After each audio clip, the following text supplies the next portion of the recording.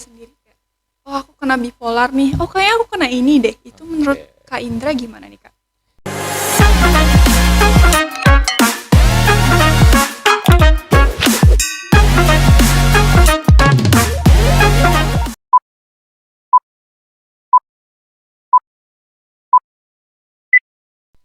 Jadi memang untuk self diagnosis itu, Itu berbahaya nggak sih Kak sebenarnya?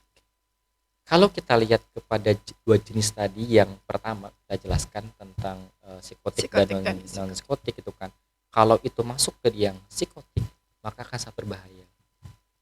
Ya, karena eh, kondisi dia gitu kan, dia interpretasikan sendiri, kemudian dia ngerasa bahwa belum tentu, padahal gitu kan, belum tentu dalam posisi contoh tadi ya, ngerasa moodnya mudah berubah gitu kan, kemudian dia apa, tiba-tiba bilang bipolar gitu kan, kan tidak semudah itu juga gitu kan. Jadi memang harus ada hasil analisis yang Dari pas profesional. ya dari profesional gitu kan, yang benar-benar mengungkap bahwa dia itu masuk gangguan yang mana. Tetapi kalau misalkan ini kaitannya dengan yang non psikotik, ini sebenarnya bisa jadi kayak evaluasi jatuhnya. Contoh gitu kan, saya hari ini sangat merasa tidak nyaman dan tertekan di tempat kerja atau di sekolah, kenapa ya gitu kan, dia coba cari, itu termasuk self diagnosis bukan, masuk kan, Ya, cuman kan dalam porsi yang memang sedikit. sedikit dan tepat gitu kan, ketika dia mencoba menggali lebih dalam tentang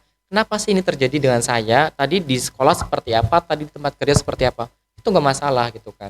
Nah itu hanya sebatas evaluasi yang sifatnya seperti itu. Tapi kalau dia memvonis dirinya terhadap suatu gangguan mental tertentu, nah ini yang enggak gitu, jangan. Kita butuh orang profesional gitu kan di bidangnya, ahlinya, yang menentukan dia masuk ke dalam gangguan kesehatan mental yang untuk yang psikotik tadi. Kalau yang non psikotik, tergantung sejauh mana. Kalau hanya sebatas dia ingin melihat kenapa ini terjadi, kenapa saya tertekan gitu kan, oke, itu masih dalam tahap normal.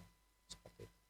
Oke, ini pertanyaan selanjutnya masih nyambung sih Kak. Ya, Pertanyaannya gimana? itu, kalau misalkan seseorang mengalami gangguan kesehatan mental, itu kita harus pergi ke psikiater atau ke psikolog? Atau misalkan ada step-stepnya nggak kalau misalkan kita mau periksain? Kalau yang dirasakan sudah sangat mengganggu, sangat membuat tidak nyaman, maka kita perlu bantuan. Sebenarnya tidak harus langsung ke psikolog ataupun ke Psikiater. psikiater, tapi coba ke orang-orang terdekat dulu. Terkadang perhatikan, kita itu hanya butuh didengarkan, ya. Jadi karena kebanyakan masalah yang numpuk nih di kepala gitu kan, tekanan yang besar, kemudian dia ngerasa sangat stres banget gitu kan, kan butuh jalan keluar nih, cuman karena sudah mentok gitu kan, karena sudah benar-benar numpuk, dia kan bingung. Nah ketika dia mengurai sedikit-sedikit, bercerita gitu kan kepada teman dekat, kepada orang yang dipercaya, nah pikiran jernihnya sudah mulai muncul keluar. Nah dari situ nanti jalan keluarnya mulai terbaca. Nah itu ya berkaitan dengan eh, ketika harus datang ke profesional atau tidak, lihat kondisi sebenarnya.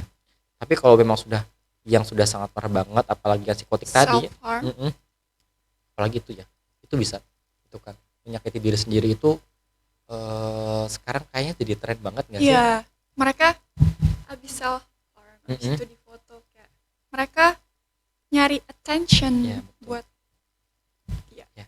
gimana menurut Kak? Jadi ini perlu kita lihat bahwa ada, kalau saya menarik melihatnya, artinya memang kita prihatin gitu kan, cuman ini fenomenanya kok menarik untuk kita coba cari jalan keluarnya, antara dia benar-benar menghadapi masalah atau dia memang butuh perhatian nih. Sebenarnya ketika dia menghadapi masalah kayak gitu nggak sampai menyakiti diri sendiri, oke, cuman karena saya pengen perhatian lebih deh gitu kan, biar ditanya, biar dideketin, biar orang ngerasa iba gitu kan, ada empatinya. Nah, jadi sebenarnya dia itu menghadapi masalahnya apa butuh perhatiannya nih. Nah, itu. Dan apakah orang yang attention seeker itu Heeh. itu gangguan mental keganggu atau gimana? Ketika dia sangat haus ya gitu kan, ya sangat haus perhatian orang lain. Karena sekarang itu kan serba media sosial nih. Ya. Serba media sosial, serba eh, kalau bahasanya pansos, Oh, bukan panjat sosial kayak gitu. Pernah dengar? lebih ke situ. Lebih ke situ kayaknya gitu kan. Tep- Jadi Iya, tapi kalau misalkan ya udah lanjut. Nah, jadi lebih kepada pengen pengen viral aja, Oh, pengen orang tahu gitu kan, pengen viral, kemudian juga pengen ngerasa bahwa dia itu diperhatikan, tetapi karena dia mungkin tidak punya kelebihan yang lain yang perlu diperhatikan, tidak punya skill yang lain yang di show gitu kan kepada yang lain, dia akhirnya seperti itu. Jadi memang ini sepertinya gitu kan banyak yang belum teredukasi dengan baik gitu kan, sehingga dia mampu tega gitu kan menyakiti diri sendirinya hanya sebatas untuk dipamerkan ke orang lain. oke. Untuk pertanyaan selanjutnya nih Kak. Mm-mm. Eh, bagaimana stigma kita kalau misalkan ada orang yang datang ke psikolog itu kan pasti orang-orang mikir udah gila gitu. Itu gimana menurut Kak? Oke, oke. Jadi memang masyarakat itu tuh luar biasa gitu ya. Ketika Kadang mulut netizen jahat banget sih Kak. betul gitu kan. Mulut netizen jahat banget, kemudian juga omongannya pedas-pedas banget Iya banget gitu kayak kan. cabe ya. Ya. Jadi sebenarnya ketika ada orang yang seperti itu kan butuh bantuan. Kenapa kita justru menjudge-nya, memberikan stigma yang negatif? Tadi misalkan gangguan jiwa lah, kurang ibadah lah gitu kan. Padahal ketika misalkan ya para orang tua melihat anaknya, kita melihat teman kita, atau sebagai tenaga pendidik melihat siswa kita ada yang seperti ini, stop, jangan, kita blocking dulu, jangan memberikan stigma apapun. Ya, jadi stigma tadi itu tidak tepat. Yang dibutuhkan mereka tuh bukan cap dari kita, kamu tuh kurang ibadah, kamu tuh kurang eh, kurang untuk bisa mendekatkan diri kepada Tuhan misalkan, bukan. Itu simpan dulu kita, ya. Yang kita lakukan ketika kita melihat orang yang memang sedang membutuhkan, maka Kita beri mereka support dan yes, dukungan. ya, datengin, kita ajak bicara baik-baik gitu kan, kita coba buat memberikan bantuan, apa yang bisa kita bantu, ada yang diceritakan, ada yang mau diceritakan, tidak gitu kan. Jadi jangan jangan langsung memberikan stigma dulu, jangan, tapi kita datang gitu kan, kita nih bantu gitu kan, dia butuh bantuan gitu kan, dia sedang terguncang emosinya, dia sedang tidak nyaman dengan perasaannya. Nah, ini yang harus dirubah oleh masyarakat kita. Stop memberikan stigma apapun terhadap orang yang membutuhkan ketenangan, orang yang memiliki masalah dengan kesehatan mentalnya. Jangan berikan judge yang buruk, jangan. Udah, ya, hal-hal yang tadi biarkan itu zaman dulu deh gitu kan. Itu kan udah orang-orang lama banget gitu kan. Sekarang kita serba teknologi, serba pendidikan, kita lebih kepada munculkan empatinya dong. Ya, empatinya kita munculkan gitu kan. Rasa ingin membantunya kita munculkan. Jadi yang ada gitu kan bukan menambah masalah. Ini anak, ini orang sedang bermasalah dengan kesehatan mentalnya, kita berikan jas buruk, apa yang terjadi? Semakin buruk. Ya, dia akan semakin terpuruk yang terjadi karena tidak kita rangkul, tapi seperti kita pukul gitu kan. Dan apa ya? Itu bisa kalau misalkan emang udah parah banget bisa ngebuat dia bunuh diri juga bisa. Oke, ya, itu akhirnya ke sana. Ya, akhirnya larinya ke udahlah gitu kan, semuanya nggak berguna buat saya gitu kan, tidak ada yang peduli, tidak ada yang kasihan sama saya, tidak ada yang membantu saya, dan saya merasa ini cukup berat buat saya. Jalan terakhir ya udah itu kan, mengakhiri hidupnya. Nah, ini berawal dari mana? Dari keadaan yang tidak sehat mentalnya diperparah dengan stigma yang buruk. Nah, ini jadi permasalahan yang memang kita coba edukasi teman-teman terdekat kita, ya, edukasi teman-teman terdekat, edukasi teman kita gitu kan, ataupun anak-anak didik kita, bahwa stop memberikan stigma buruk terhadap kondisi apapun seseorang gitu kan. Oke guys, kuncinya itu kita harus kasih support ya Oke, kan. betul. Kita harus rangkul mereka, kita harus mendengarkan apa yang mereka mau bicarakan atau ceritakan ke kita. Oke, untuk pertanyaan terakhir nih Kak, sebelum kita tutup podcast hari ini, apa saja sih tips-tips menghindari kesehatan mental? Menjaga kesehatan mental maksudnya, Iya. ya, menjaga kesehatan mental gitu kan.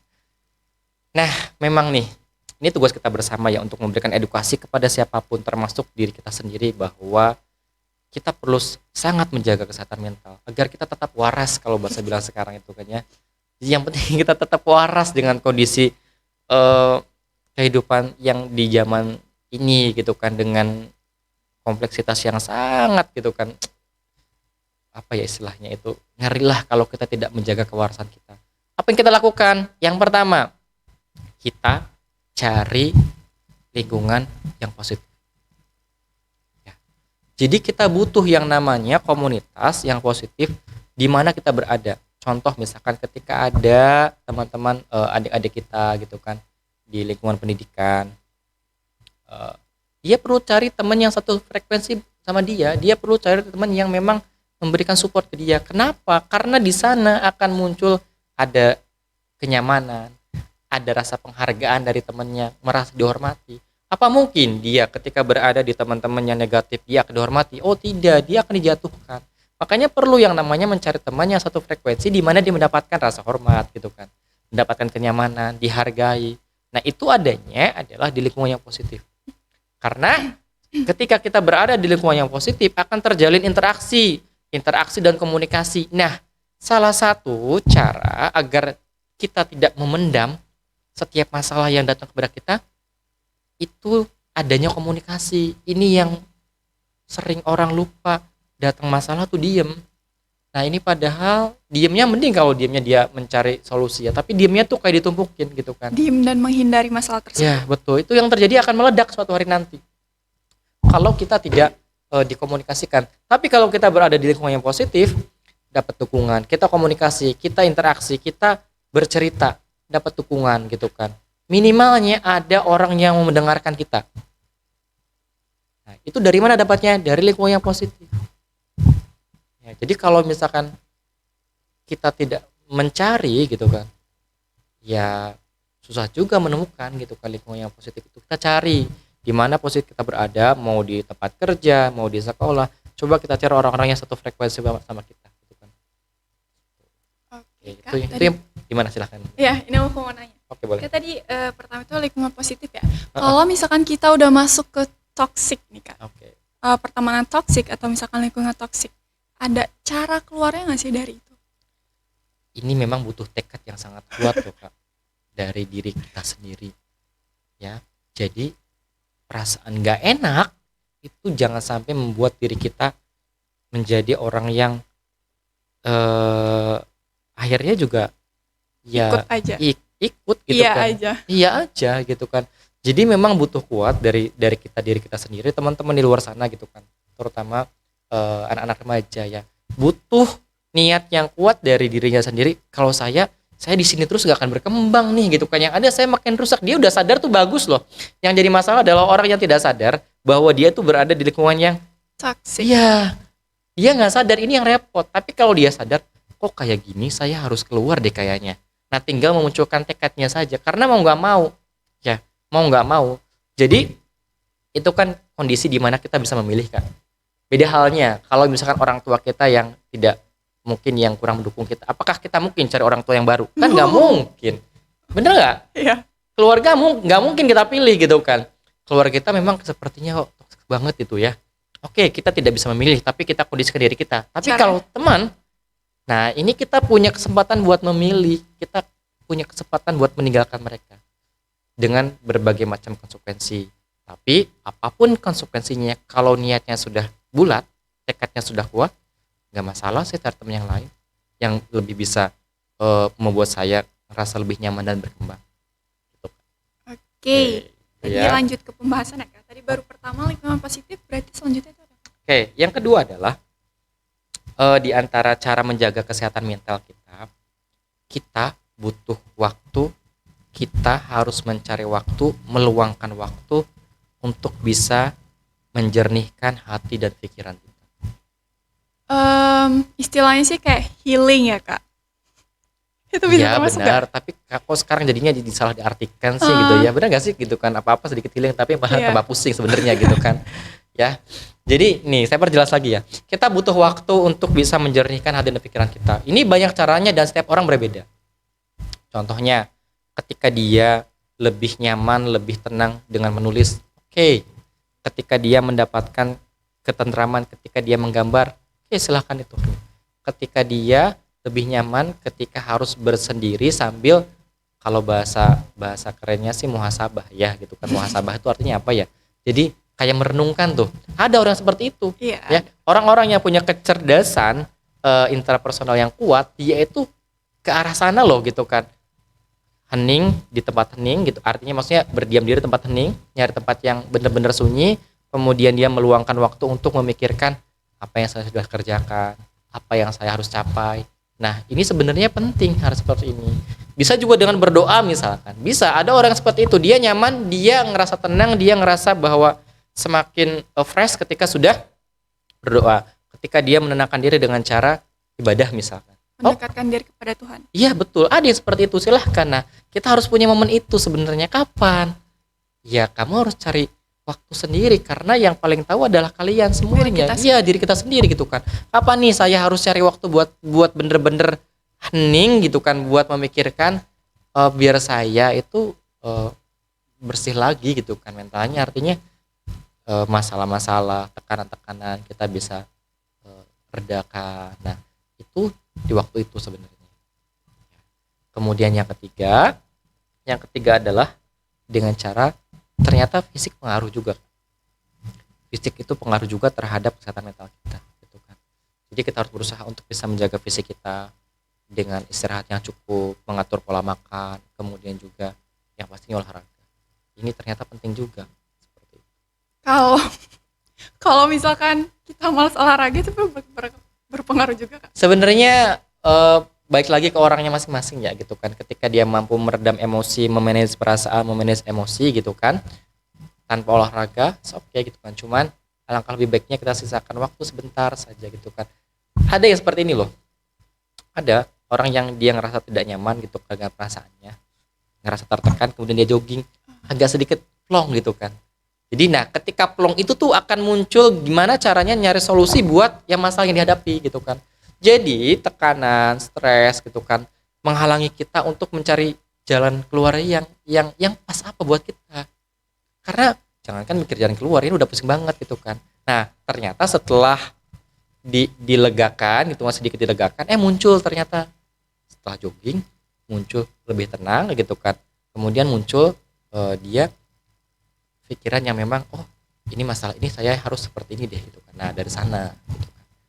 Jadi mungkin itu Kak tips and tricks ya gimana caranya biar kita bisa menjaga kewarasan kita kan. Gitu kan, seperti itu. Okay guys, that's all about our podcast today. Tadi kita udah bahas tentang apa itu mental health, terus juga ada cirinya, cara menjaga kesehatan mental, Kak. Itu ada banyak banget. Mungkin sekian dari aku dan Kak Indra. That's all about our podcast today. See you guys next time. Jangan lupa like, subscribe, and share. Thank you. Oke, bye. Bye.